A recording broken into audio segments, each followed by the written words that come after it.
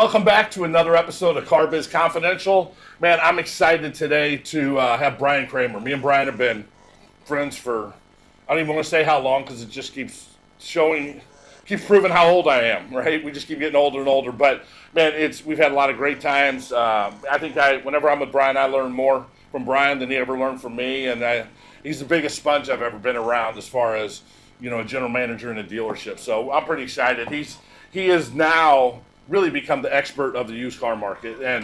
And we all know the volatility that we're seeing in used cars, right? We came off of, a year and a half ago where used cars were going up in value and people could use it as down payment to all of a sudden everything crashed really fast and everybody was buried to moving into a little bit more strength or at least steadiness. And really, I just hope that you can give them, I don't want to call it survival modes, survival tips, but, for some dealerships, it's going to be survival tips. For some, it's going to be success tips. And I think, some of the survival tips will help guys get their head above water that are buried, and then strategies on moving forward, whether it's vehicle acquisition, using, like you talk about the CRM, post-COVID to get the most out of it, and really the upcoming competition or current competition of, CarMax, Carvana, and kind of the pink elephant that nobody really talking about is Amazon's right around the corner.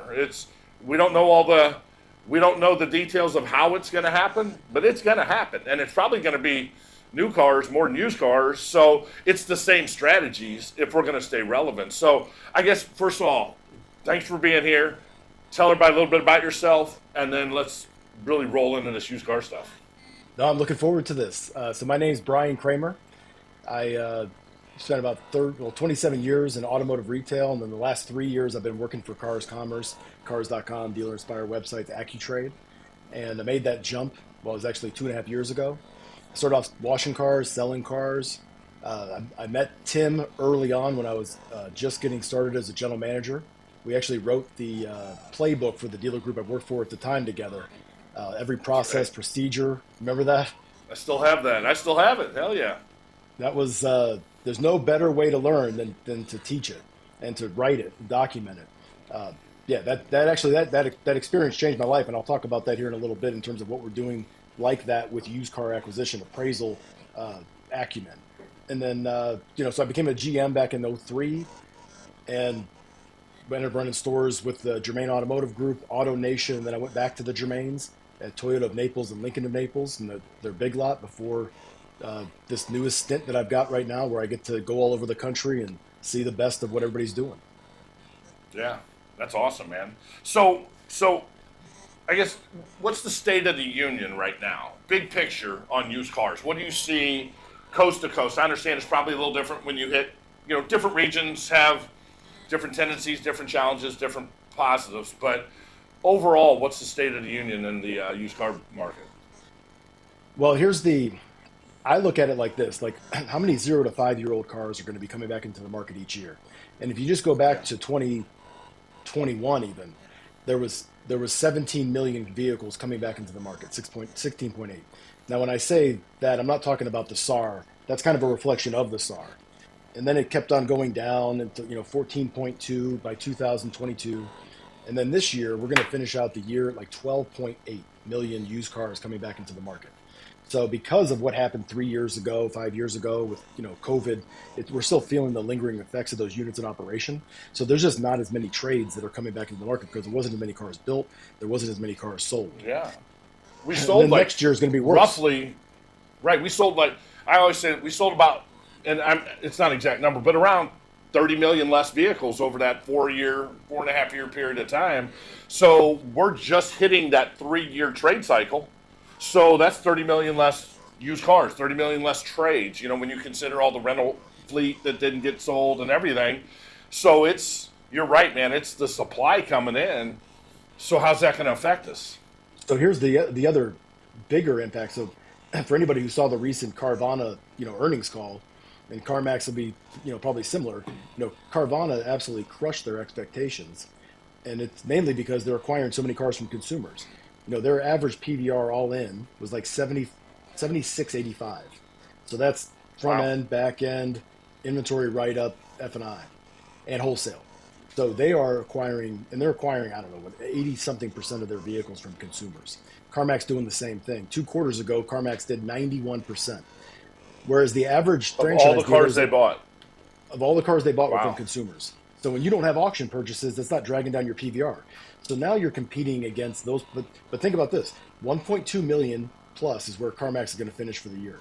700,000 to 800,000 is where Carvana is going to finish for the year. So when I just said that 12.8 is where we are going to finish this year, it's going to be less next year. So let's say it's at 12 million. Take 2 million off the top, CarMax Carvana. Now you're left with 10 million cars for 40,000 dealers. That's what the Wow. pressure is of how important used car acquisition is.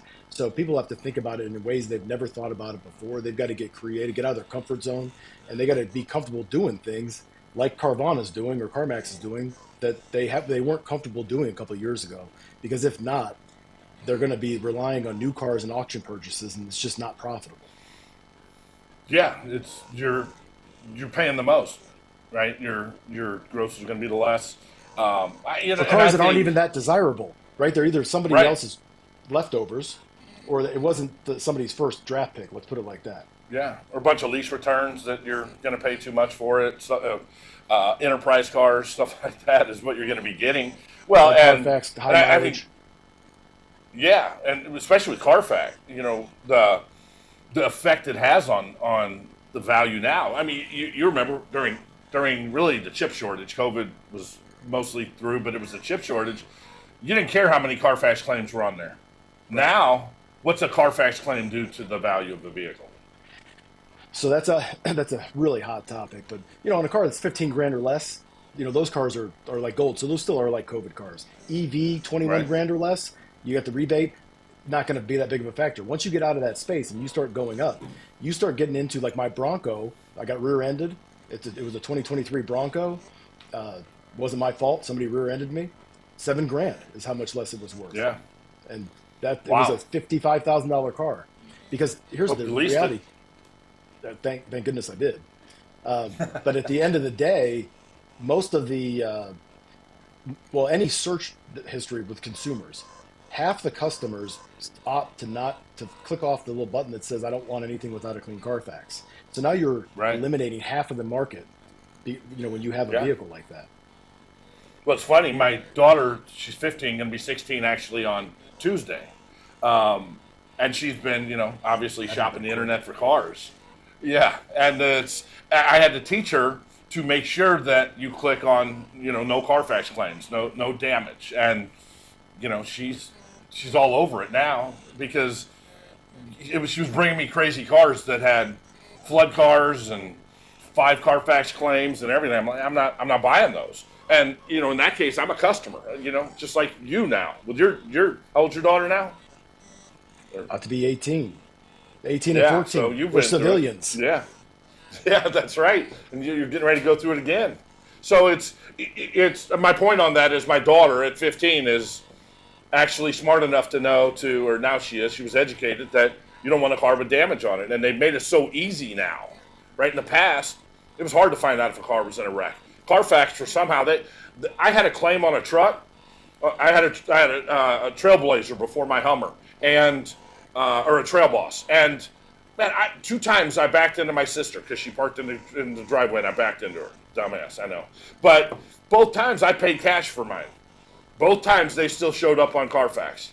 Like how the hell did they find out about it? So yeah, it's a huge deal. So I guess you talk about acquisition then, knowing that all the exterior factors, Carfax buying cars, Carvana buying cars, Carfax claims on how that can affect the value of the vehicles you're taking in. What's the best practices you're seeing on acquisitions? So I've learned a lot in the last few years. Going around and even some really large independent dealers are teaching me stuff that I didn't know about. And there's a dealer, Eastern's Automotive Group up in the DC area that's acquiring and selling 10,000 cars a year. Holy cow! It's a lot of these groups that are doing virtual buying centers. I see there's a lot of influencers on TikTok that are generating 500 to 1,000 leads a month based on their content, showing appraisals, virtually kind of pulling the curtain back and finding different creative ways on Instagram, TikTok, putting links into the stories that go right into an AccuTrade appraisal Oh, experience, wow. but really unorthodox things to generate organic growth rather than just we buy cars and putting a banner out in front of the store. Anybody can do that, but the customers, they see right through that. You got to have a culture of we buy cars from consumers, we'll buy cars from employees. The employees need to, if they're not appraising their cars there and asking, what's their car worth, and they're going to CarMax or somewhere else, that's where you got to start, I think. But the biggest opportunity that I see overall is online internet lead appraisals, sight unseen appraisals, because it's so easy. And right, and you used to watch me at the sales tower. I was having none of that. If somebody couldn't get somebody into the store, I would just say, you know what, hey, you're weak. Give me the phone. I'll show you how it's done. It's not that hard. Right.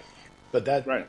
Carvana didn't exist back then, and now the Right. the customers might sit there and listen to, oh yeah, I'll come in, but then they don't show up for their appointment, or worse, they show up without their trade because they already sold it to somebody else, and they show up a Yeah. couple days Well, late. really, COVID, what you're talking about, COVID leveled the playing field. You heard it. You may have said it. You were down in Naples, right? So you may have said, well, you don't understand, before COVID, you don't understand our customer base. They're not on the internet. They're older or they're rural or whatever it is. You heard all these. And the fact was they were right. But COVID changed it all. My mom's a shopaholic. She learned how to shop on the internet instead of going to the stores, right? If they didn't learn how to do Zoom or FaceTime, they didn't see their grandkids or have doctor appointments, right? So really, I don't even know what the real number is, but it's like 95% of the people are comfortable and savvy on the internet now, and there's no more age I or also had that demographic Lincoln in it. store in Lincoln in Yeah, Naples is definitely an older demographic, and I yep, remember customers like right when COVID started, all coming in with Carvana. They go, "Have you heard of Carvana?" And they stopped looking yeah, at other, third-party websites and started looking at somebody who's going to give them a guaranteed number. right. It was like when TrueCar, right, first came out. It was like Yep. everybody came in with a TrueCar report. So it's really all your customers are internet customers. They were on the internet. They may not have contacted you, and we can't have this mindset of they're not educated. No, they're all educated. Unfortunately, more educated than our salespeople at times.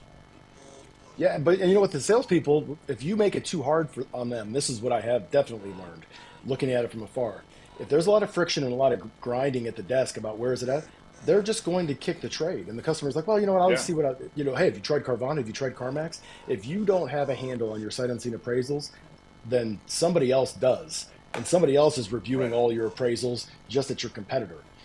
Most of the high powered acquisition groups that we work with, they're tracking look to book, and looks being how many appraisals, book being how many taken in, on the whole suite of appraisals, sight yeah, unseen appraisals, showroom, service drive, internet, buy center leads, street purchase acquisitions. They look at it all, and they're not afraid, oh, that's not a real appraisal. We're trying to figure out how to get their closing who ratio to cares?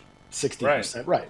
I'd rather, Yeah, that whole you, look the book being at national average, dude. If you're appraising every single car that comes through your service, and I mean, if you're using it right, I don't care if you're at 8%. Figure out what your baseline is. Plus, I'm guessing, and you can tell me better, that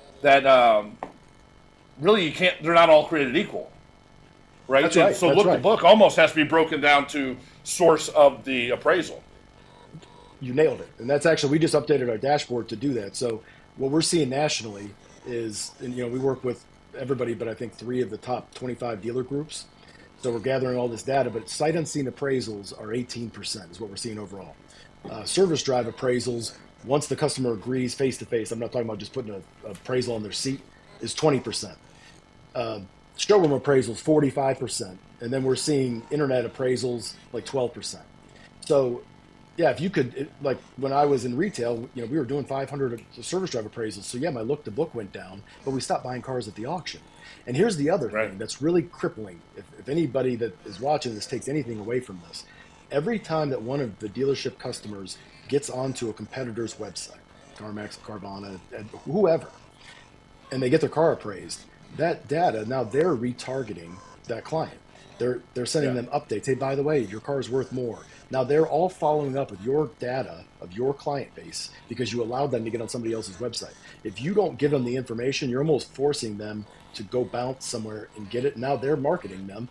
And the other crippling effect is one of actually the most effective marketing campaign that you can do for trade-ins is retargeting. So somebody gets onto your Yeah. website, they don't take in the car in a trade, you upload that into a custom audience, and then you retarget and market to them. If you're not getting that data to appraise the car to begin with, because you got to come in, or your presence is your leverage, then you're not able to use that retargeting power campaign, which all of us have experienced in retail. I'm looking at Nike shoes. Now I'm on the Nike website. All I see is, your Right. dealership's name everywhere. And that's how it should be. Right. Well, I went on and appraised my wife's. She has a Land Rover Velar, and I don't know, it's like 4 years old or whatever. And hell, this was a year and a half ago. Went on and booked it out on Carvana, and every month I get updates. Maybe it's every 45 days. I don't know how often I get it, but I get it, and it's giving me the actual value on a regular basis. It lets me know right there in the subject. It's the value of your Velar, and every single time it's a buy bid, and So any dealer that that's says awesome. maybe they don't know what they probably don't know what it's worth yet. I would assume, just like with you, Tim, they know, and they're Yeah. probably getting that same trickle. So you've got to be aggressive when you're going after these online appraisals, like really aggressive. And then the key is to put your best foot forward, which most people under allow on the sight unseen appraisal. The under allowance occurs once the customer arrives in person, because that's almost Yeah. like the new ad car is being aggressive on the trade. Now they bring the trade in, and you need to be doing just like going through F&I. Nobody 100% of the time, 100% of the customers, 100% the same process. Same way with active trade appraisals. So when the customer comes in, somebody, preferably the salesperson is empowered to do this, walks around, does just like we did years ago, right? A silent Right. appraisal, and you're going around, but with technology, letting the customer see what you're doing. You're deducting for tires. You're going around. You don't have to show them what the car is worth at that point, but you need to walk around it with them in person so that they know why it's not worth that. And that's the missing ingredient that I see, is that a lot of people bring it in, and everybody just wants to argue and debate about this online appraisal and why it's not worth this, and nobody goes out with the customer to actually look at it and tell them Right. why it's not worth that. Yeah, it's just educate them, right? It's not the old school silent walk around. It's just, let's have a conversation on the condition of your vehicle. Yeah. I'm not going to beat them up. I'm not doing put the pennies in tread. I mean, that was all fine, pre-educated customers, and now it's just have a conversation like you're going to write a check off your bank account. And if you do that, then you're going to do a good job. I call it a pre-demo trade walk. I'm a huge believer. We walk the car first, not the old school doing it after the demo.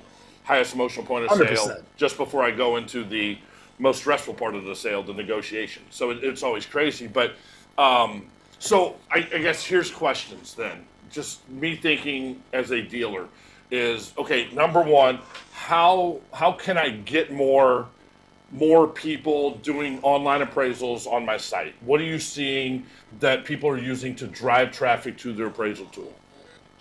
So, with our tool, for instance, AccuTrade, we've got we call it Driveway, but it's a sight unseen appraisal. You send it out of the tool, and and when the customer replies, it goes right back into your CRM. Another best practice is to have a text and email template that is just called sight unseen appraisal template. So that way you've got your BDC empowered, you've got the front desk empowered, you've got everybody empowered, because the more friction I look at it like this: if you want your process to get executed, make it easier than the way that they're doing it now. And Right. when I started doing that, I remember I used to be relentless about, I want to see the actual Carfax. I want to make sure nobody's lying to me, because I was thinking everybody was smoking me. And when I finally just let go and said, look, just when somebody says, what's your best price, instead of a long word track that typically doesn't get Yeah. executed correctly, and just say, what's Yeah. your number, what's your cell phone number, what's your email address, and I'll send it to you right now. And you can appraise it yourself. And now Right. I've got the data. Now I can retarget to them. I can go do a save a deal meeting. I can follow up. But text template, email template, in our system, we have a code generator, QR codes and UTM tags. So you can put that right in the CRM template. When the customer fills it out, now we can track how many of them were scanned, how many of them were clicked, how many of them actually came in, and how many did we win. So we're trying to make that easier for the dealer, so they don't have to do all that, the gymnastics of tracking all that stuff. But you Right. really that's for sight unseen appraisals. And I think every dealer will be Sure. mind blown as to how much business there's more business there than there ever will be in the showroom. Oh, Second I is totally. service Yeah. drive. Yeah, I'm with you on. We have a video messaging platform, Pro Video, and I'm literally in the book I'm putting together on video messaging. one of the scripts and stuff is vehicle acquisition. I tell them that you should be texting out and emailing out videos saying, hey, we want to buy your car, we need inventory, whatever the verbiage that they want to use, and having a call to action link that all they got to do is click that button, takes you right to AccuTrade or whatever their appraisal tool is. And I mean, you send it out there. I mean, we got some of these dealerships could fill Ohio State Stadium with people. Their customer bases are so big. And if 0.5% of the people in there are looking to trade out of their vehicle or sell their vehicle, they'd be overwhelmed with inventory. And you know, it's a numbers game. I love the idea and of sending it out. I love you got QR codes on there to send out. But man, I think tying video to that text and telling that customer, because I mean, probably 10 billion videos a day now with TikTok and everything are watched every day. Everybody watches video. So if they can integrate, everybody wants to know what their car's worth. Everybody's curious. Yeah, even if they're not gonna sell it, wonder what my car's worth. It's just a curiosity thing, man. And everybody's looking to upgrade potentially, and you may blow their socks off. Maybe they hate your guts too because they don't like the number. Doesn't matter. It's a numbers game at that point. So what about service drive? Yeah, I know that was the last thing you mentioned before I jumped on you. How do you see that working? Because I know that was always, you know, they came out with all the equity mining tools and all that, and so many guys. It was great during the chip shortage, and then I think a lot of people wish they had a time machine to go back and do that all over again. I remember telling my team, look, this is a rare thing that's never going to be like this. Well, you know, that it really wanted to know they could lower their payment, and they're looking for at least $5,000 worth of equity. And if you, what they thought was tough during those 2 years versus today is a whole different dimension. But it's like welcome to the car business. Right. Yeah, it's tougher than 19.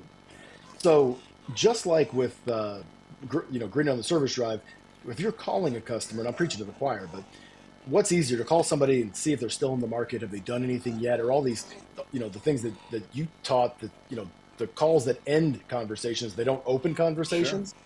Sure. Right. Trade appraisals open conversations. And anybody, hey, I just wanted to talk to you about your trade. I think I might be able to get you some more money than when you were here 3 months ago, 6 months ago.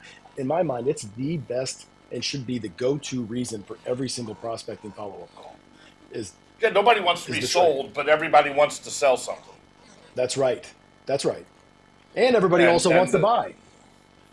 Yeah, it's reverse psychology. So that's the thought process behind service drive, in my opinion. So for decades, it was, hey, what if I get you out of your car into another car, keep your payments close to the same with little or no money down? Would you consider doing that? And the customers now see that coming a mile away. Yeah. So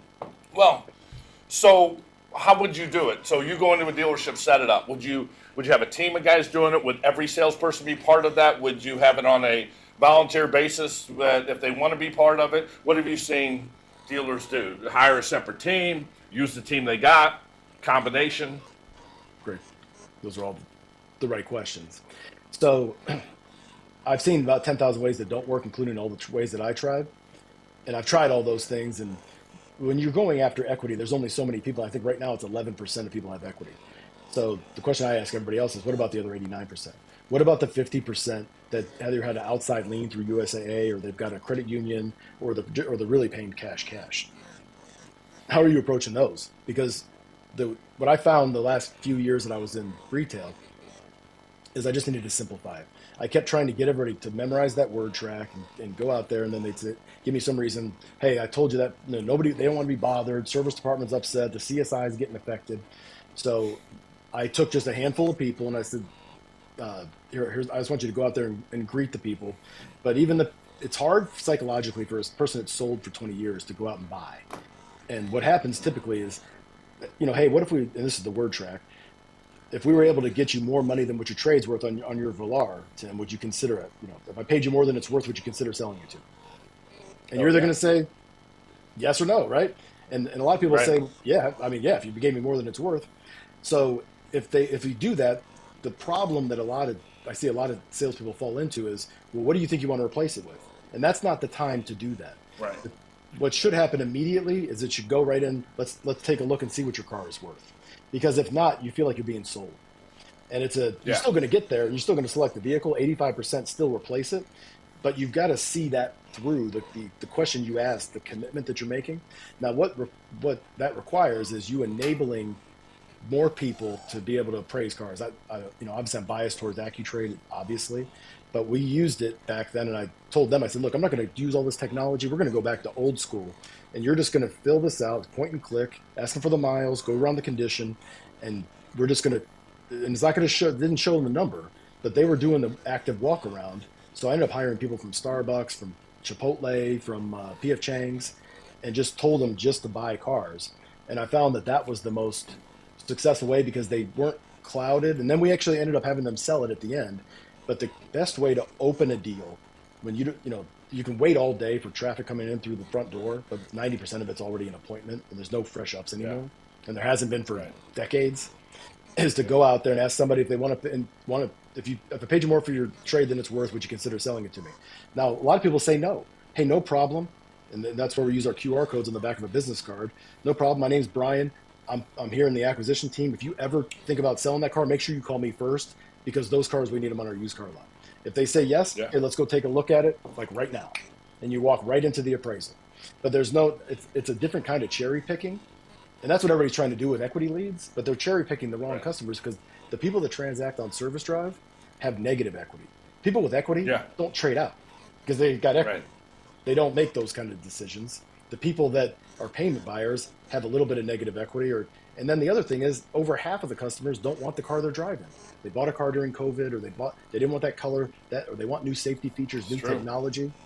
And so if you are trying to get them out of the car into the same car, you're eliminating half the customers right off the rip, and then you're eliminating the other half. So that's how you get down to 11%, because you're also only looking for those customers with equity. It's like and that's why everybody says it doesn't work, because 90-something% of the customers they talk to are not in those categories. Right, and that was the problem.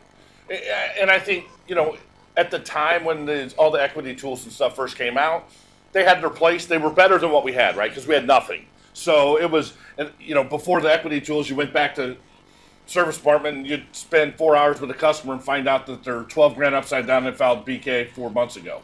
And they were pissed and you were pissed. And then nobody did it, right? So then, the equity mining tools all came out, the auto alerts and stuff. And then that's when everybody started realizing what you're saying. It's not just, if I have equity and if I'm 5 grand positive in my car, it doesn't necessarily mean I'm going to trade out of it. It's the people that don't like the car, right? I got a guy that does AI, and his AI, it looks at everybody's credit card spending. It looks at everything, how long they've kept their cars in the past, payments, their whole history. It's 13 points, and it's down to, it's at about a high percent, over 80% accuracy of a customer buying a car within a 9-month period of time. Because it's not the equity is why they're buying it, just like you said, and his AI is learning all of those buying habits and what they're at Babies R Us or wherever shopping, and they're driving a freaking Mustang, and that's probably going to be a good. And you can predict they're about to buy a Sienna. Right. Yes, it's all predictable, and that's what we're coming from. They're getting down to, but so really, it's okay. We know why we got to do it, right? Why we got to go after that 10 million cars this year, right? We know how to do it, right? So use our CRM, go after them, email them, text them. Let them know we want to buy their vehicles. Make it easy for them to respond, whether it's a QR, whether it's a call to action link. I added to add video into sending it out to your customers in the CRM. Have dedicated people that have no bad habits, no preconceived notions about selling cars. Ideally, customer service people, because you go in Chipotle or any of the places you named are all about taking care. Go get people from Chick-fil-A and stuff. And it's all about customer service and making sure they're happy. So they don't have the, we don't give you numbers unless you're committed mindset, right? We don't have to break all the bad habits that we grew up doing. And it was just because technology beat us. And it was fine at the time, but technology kicked our ass, and there's not a lot of people like us in our business that have been in it a long time that embrace technology. I love technology. I don't believe the old dogs can't learn new tricks. You can. You just got to be open-minded and want to get better. So what are the other best practices guys can do to get the most out of the used car market? Vehicle acquisition, using their CRM, combating and fighting against CarMax, Carvana? So I think you got to reinvent the way they're looking at metrics. And if you take a look at the companies you just mentioned, or even the large publics, they're looking at what's their self-sufficiency ratio, which is like 80 something percent from consumers, and then what's their amount from auctions.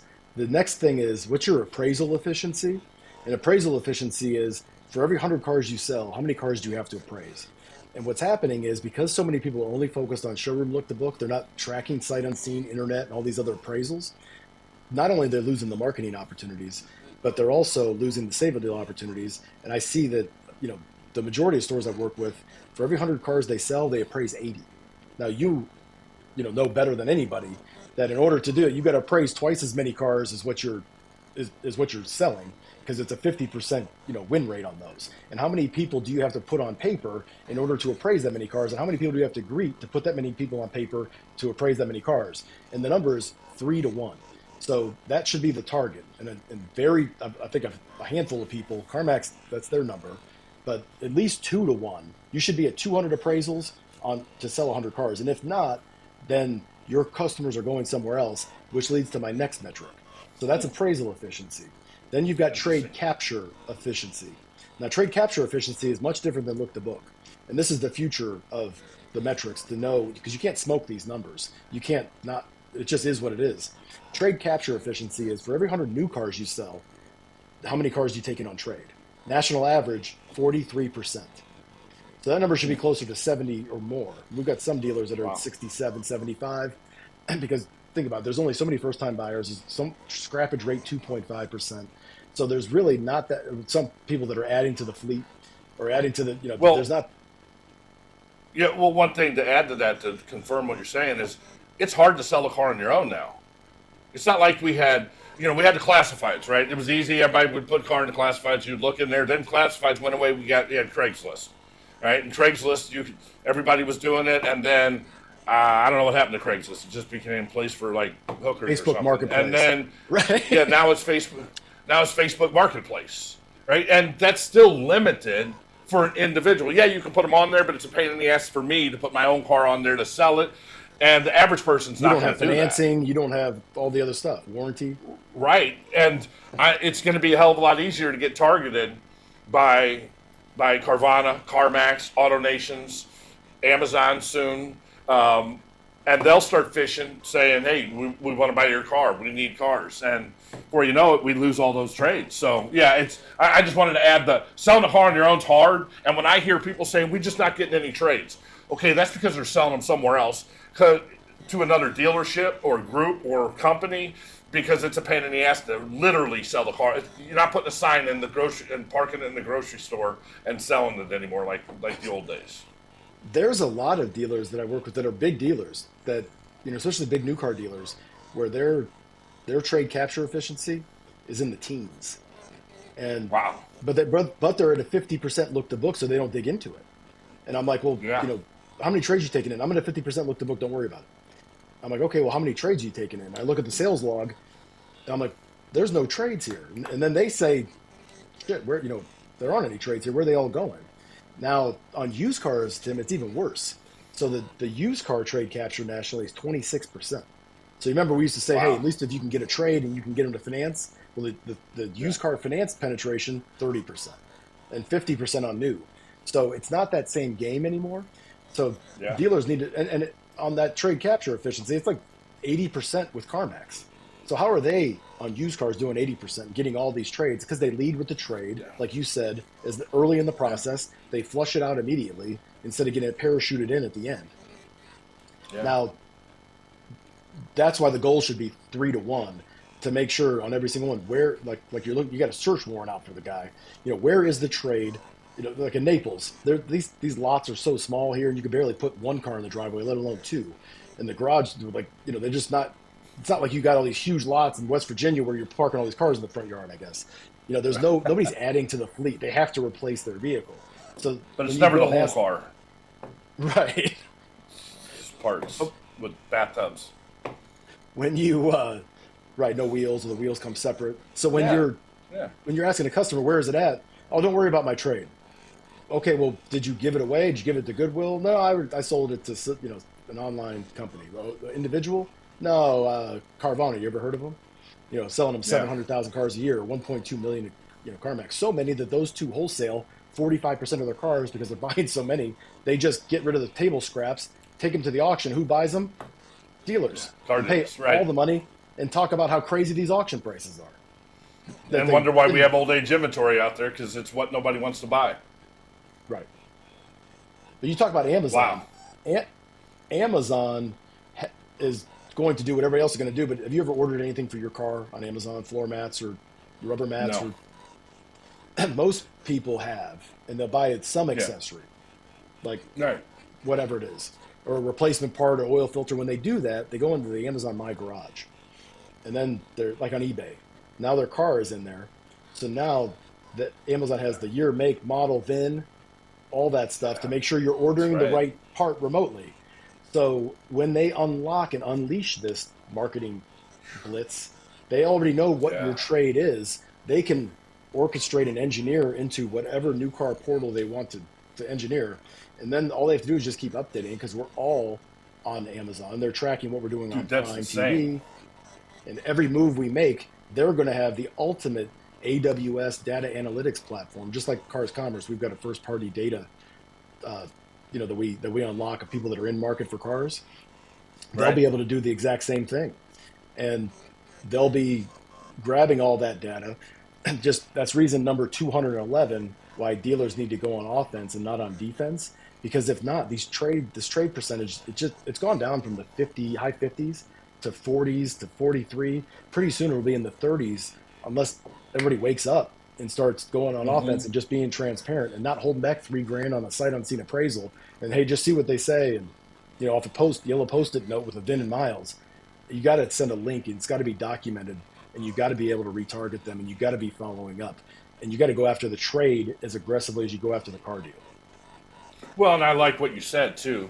Is I think I mean, and I was guilty of saying it. You probably said it. Man, we stole that trade Hell because yeah. you put 3 grand less than than it should have been ACV, and we always know that we made the same amount of money when we sold it because we sell from cost up. So you didn't steal; you just stole from the dealership and your salesperson's commission. But that's the reverse of what we need to be doing now. Like I think you mentioned something like the loss leaders that we did on to get the lead on a new truck. We put a loss leader out there. Well, it's almost I'm giving them a loss leader. In a perfect world, if everything's awesome on this car, here's what the value is going to be. And then when they show up, that's where the trade walk comes in, and that's where I start educating them on the condition, and that's where we start deducting or whatever you want to call it. Am I tracking it pretty much A hundred on your percent. process? And all we ever do, and all I ever did was just pound appointments, appointments, appointments. The best Yeah. way to get an appointment is what you just said, right? It's just, Yeah. yeah, no problem.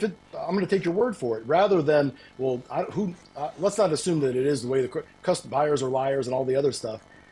Just assume it is, and then you do the active trade appraisal. No differently than advertising an ad car and switching them to a different vehicle. That the car doesn't have any options or it's 1 year old. I mean, that's the whole thing, is to get the appointment and get the customer to show up. If you're not giving them that information, there's no showing up. You have no appointment. It's like shooting yourself in the foot. Yeah, that's awesome. That's it, and it's.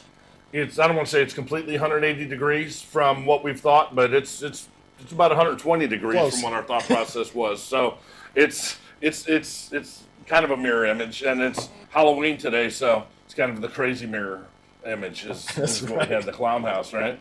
But it's. I mean, all this stuff is. It's really thinking out of the box. It's being able to.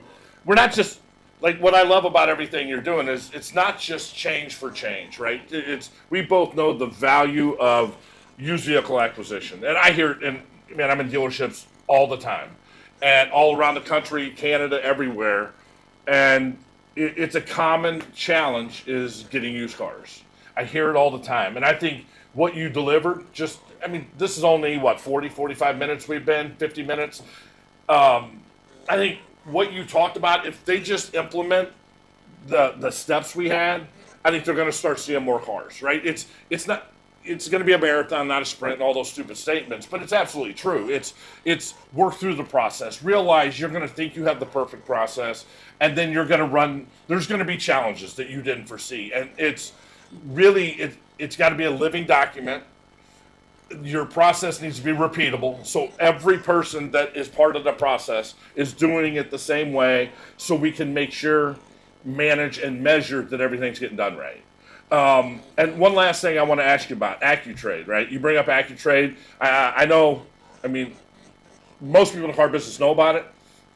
Tell us real quick about it, how they can get a hold of you, maybe some benefits of why they're using it, and if they want to explore demos or something on it. Yeah, so it's AccuTrade. So it's we called it that because of the accuracy. It's kind of the third iteration. It started off as Trade and Marketplace, then KBB ICO. Same team that built that built this.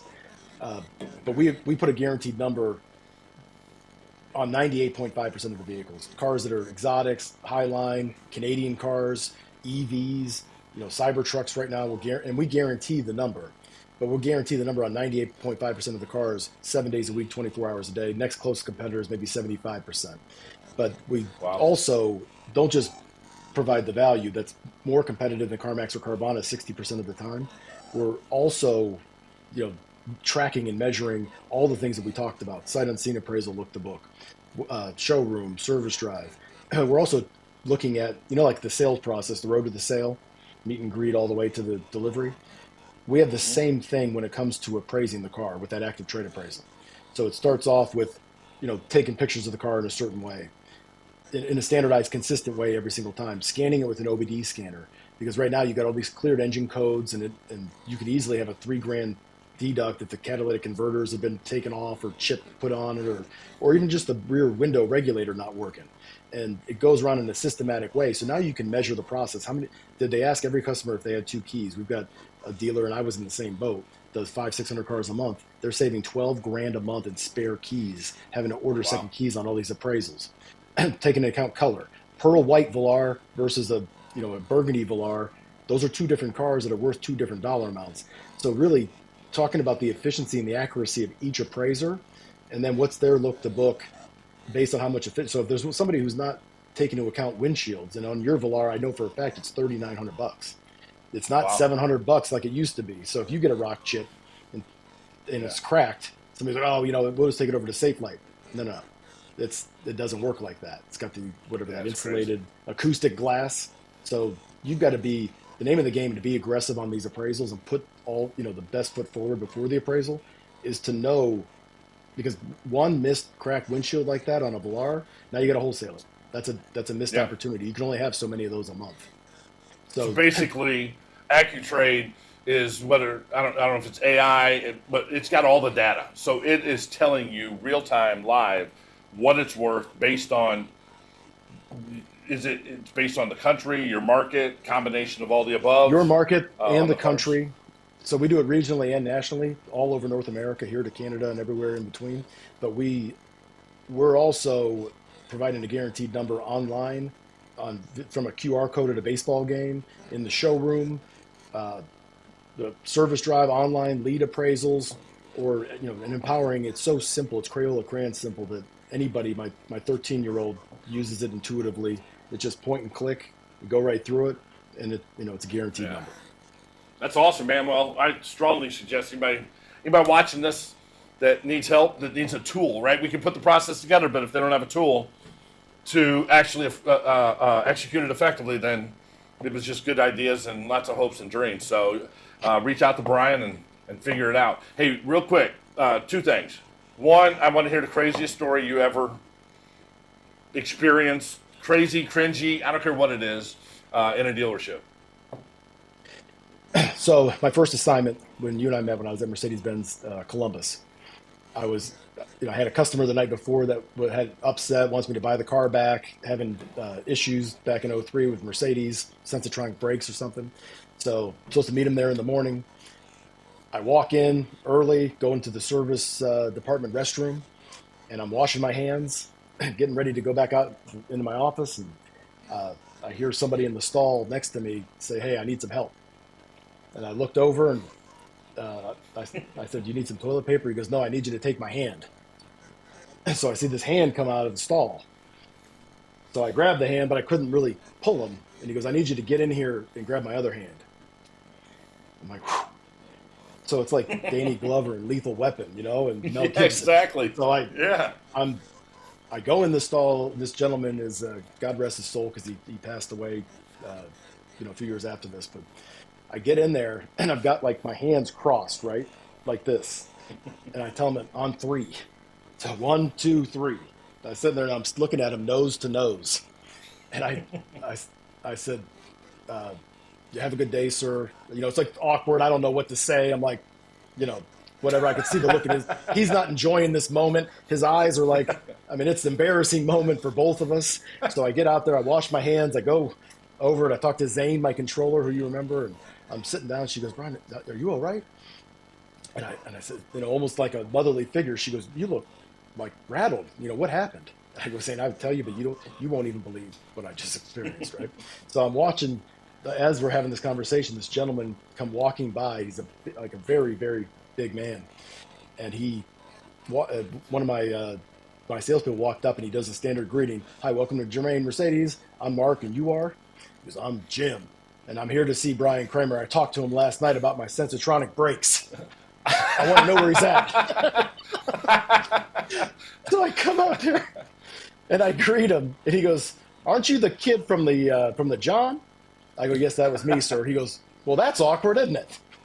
I said, "Well," and we ended up selling him the oldest car in stock. I got off of a 700-day-old unit that we inherited from the previous dealer. It ended up being That's hilarious. Win-win. That's hilarious. That's freaking great. Go figure. Never know where you're going to be prospecting at, right? Right. Pick up Service customers drive, anywhere, man. His restroom, the bathroom stall. There's Like a car the old dealer saying, where you kids say look. the damnedest things. The old saying, kids say the damnedest things. Well, Brian picks up leads in the damnedest places. That's freaking awesome. So how do people get a hold of you, man? Get on accutrade.com, ACCU-trade.com. You can get on carscommerce.com's website. You can find me on LinkedIn, YouTube, TikTok, Instagram. Just Brian Kramer. On pretty much most of those are Kramer Brian. And just DM me or email me at bkramer@cars.com. All right. Yeah, we'll put all that on the description and stuff on the channel. So, man, thanks for being here. You're awesome. We got to have you back soon because there's a hell of a lot more that I want to talk with you about that's going on in the market. Plus, if we don't talk every couple months, then we're going to miss trends that are going on in the business. So it's been too long. Thanks again, man. I'll come your way next time. It's great catching up. Well, man, that was a great episode. I don't know if you guys learned a lot from Brian, but, man, he's a wealth of knowledge. Definitely reach out to him because, man, the used car market, it's volatile. And it can be very profitable if you do the right thing. So it was great, man. Hope you guys enjoyed it. Hey, make sure that if you haven't subscribed to the podcast, you subscribe to it, comment on it, like it, share it with your friends. Let's get as many people following this podcast as possible. And can't wait to see you next time, man. Have a great day.